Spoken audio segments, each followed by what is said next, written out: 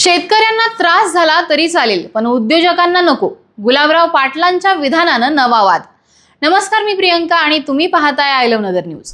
एकनाथ शिंदे यांच्या नेतृत्वातील शिवसेनेचे नेते आणि राज्याचे पाणी पुरवठा मंत्री गुलाबराव पाटील हे नेहमीच आपल्या विधानांनी चर्चेत असतात. ते कधी शेरो शायरीतून विरोधकांना जोरदार उत्तर देतात, कधी आपल्या तडाखेबंद भाषणातून समोरच्याला नामोहरण करतात, तर कधी आपल्याच विधानाने स्वतःची कोंडी करून घेतात. आताही गुलाबराव पाटील यांनी स्वतःची कोंडी करून घेतली आहे.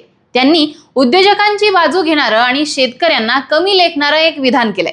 एक वेळेस थोडासा शेतकऱ्यांना थोडा त्रास झाला तर आम्ही सहन करू, पण आमच्या उद्योजकांना त्रास होऊ देऊ नका, एवढीच आमची हात जोडून विनंती आहे. शेतकऱ्यांना थोडा त्रास झाला तर आम्ही सहन करून घेऊ, पण उद्योजकांना त्रास होऊ देऊ नका, असं विधान गुलाबराव पाटील यांनी केल्याने ते पुन्हा एकदा चर्चेत आले आहेत. आता गुलाबराव पाटील नेमकं काय म्हणालेत हे जाणून घेऊयात. गुलाबराव पाटील हे चिंचोली येथे एका पॉवर ट्रान्सफॉर्मरच्या लोकार्पण कार्यक्रमाला आले होते. त्यावेळी त्यांनी हे विधान केलं आहे. गुलाबराव पाटील यावेळी बोलताना म्हणाले की सर्वसाधारण माणसांना या गोष्टीचा जो त्रास होत आहे तो कसा कमी करता येईल याचा विचार करण्याची अत्यावश्यक गरज आहे.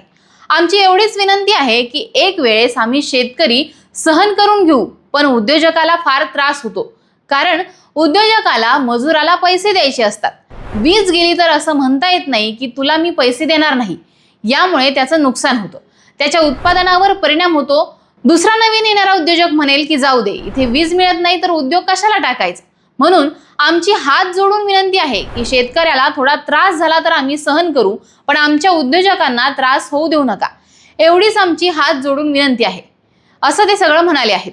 स्मार्ट मीटरवरून बोलताना त्यांनी हे सगळे विधानं केली आहेत.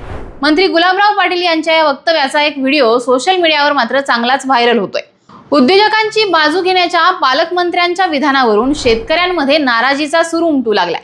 शेतकऱ्यांना दिवसा वीज मिळत असली तरी त्यात वारंवार व्यत्यय येतोय. दिवसभरातून 4 ते 5 वेळा वीज जाते.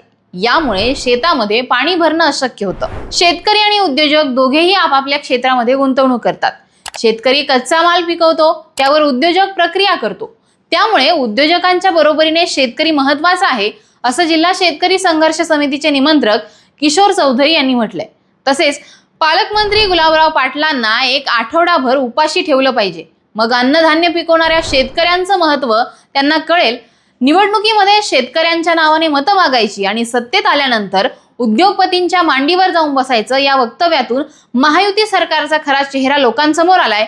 हीच सरकारची शेतकरी आणि शेतीविषयीची भूमिका आहे, असा घणाघात सुद्धा शरद पवार यांच्या राष्ट्रवादीच्या महिला प्रदेशाध्यक्ष रोहिणी खडसे यांनी केला आहे. गुलाबराव पाटलांनी केलेल्या या विधानाबद्दल तुम्हाला नेमकं काय वाटतं हे आम्हाला कमेंट बॉक्समध्ये सांगा आणि पाहत राहा आय लव्ह नगर न्यूज.